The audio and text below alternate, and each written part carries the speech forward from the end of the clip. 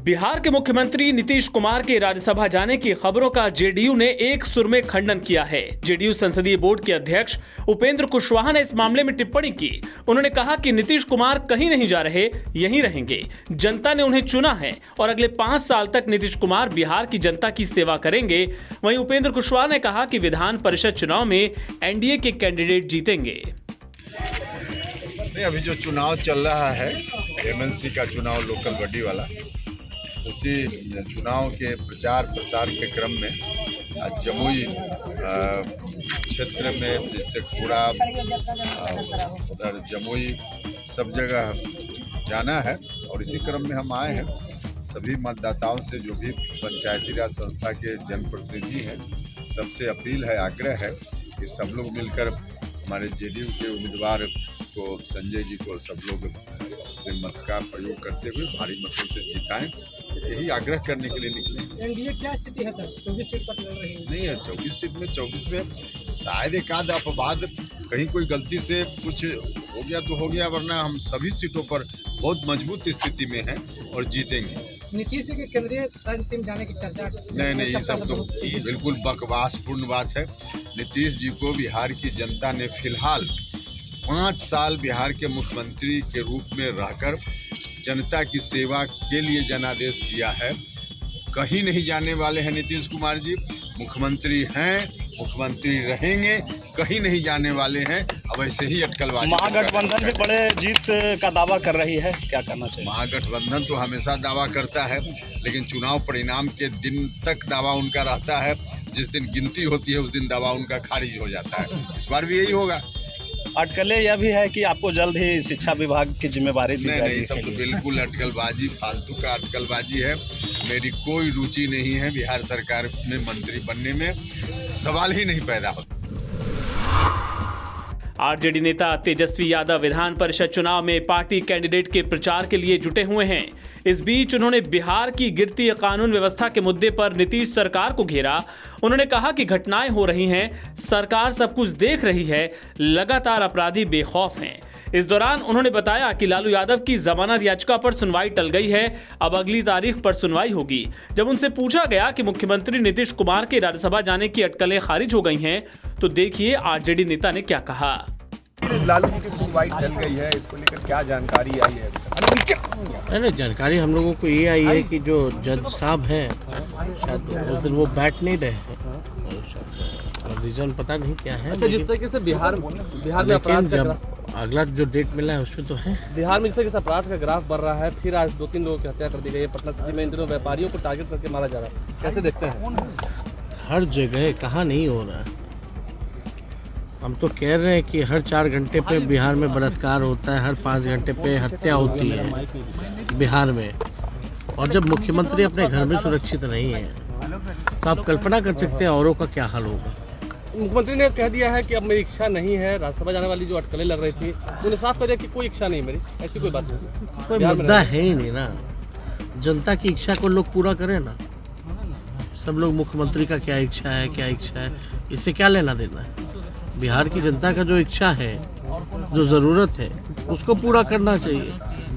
तो लोगों को अपनी इच्छा पर ही रहती है। अच्छा, अंतिम सवाल है, जिस तरीके से एमएलसी चुनाव हो रहा है, चुनाव प्रचार कर रहे हैं, क्या लगता है कुछ समय ही बाकी रह गया?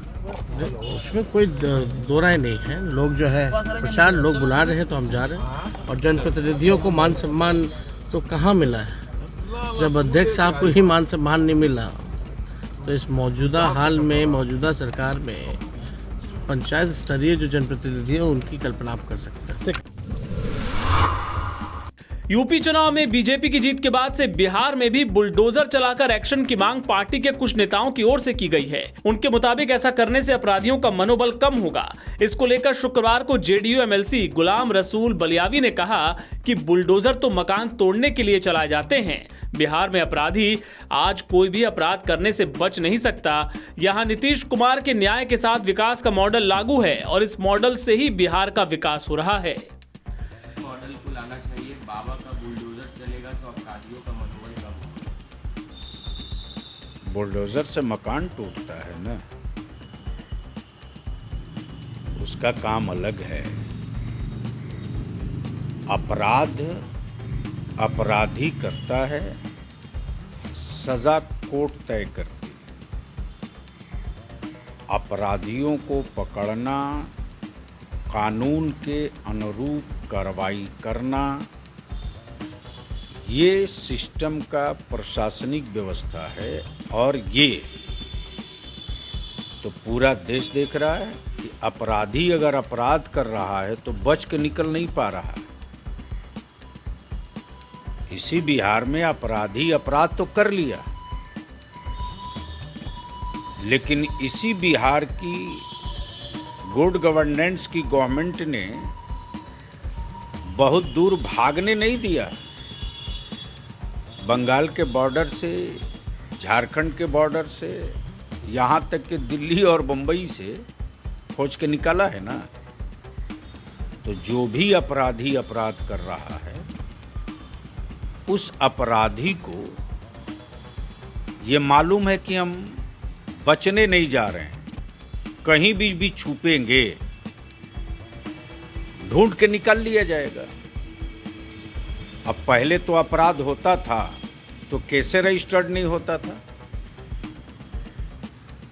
और अभी तो सब कुछ होता है।